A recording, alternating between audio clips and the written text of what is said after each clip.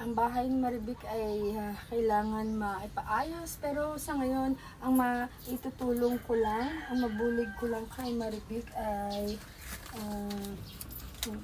handog na pamigay ni Inday Cynthia para sa imo Marivic, at ipagpalain ka ni Lord kung ano man ang mga problema mo sa asawa mo.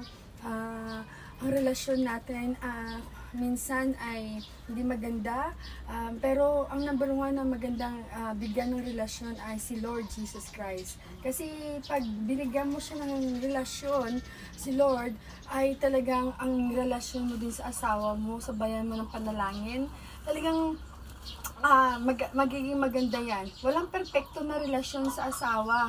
So, alam ko na nabanggit mo, may problema ka sa asawa mo.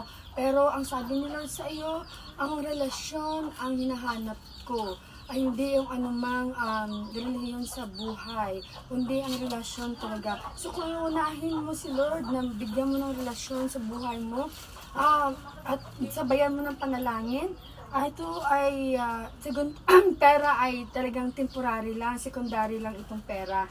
Ang napakahalaga ang relasyon sa Diyos, at ang relasyon ay may sakripisyo. May anak na kayo, ano pa bang gagawin mo? Iwanan mo dahil lang na may diferensyang asawa, di ba? Huwag nating dapat iwanan dahil may diferensyang asawa.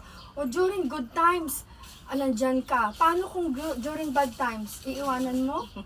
Ha? Siyempre, hindi mo iiwanan ang iyong asawa dahil nasa kahirapan kayo.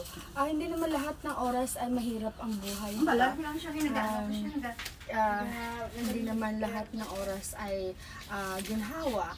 So, sa oras ng kahirapan, lagi dapat mag-pray at isipin ang relasyon sa Diyos, at panalangin mo ng asawa ay laging mahalin at submit to your husband.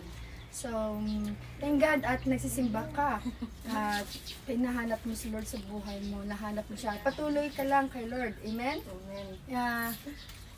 Patuloy tayo kay Lord. Yes. Amen? So,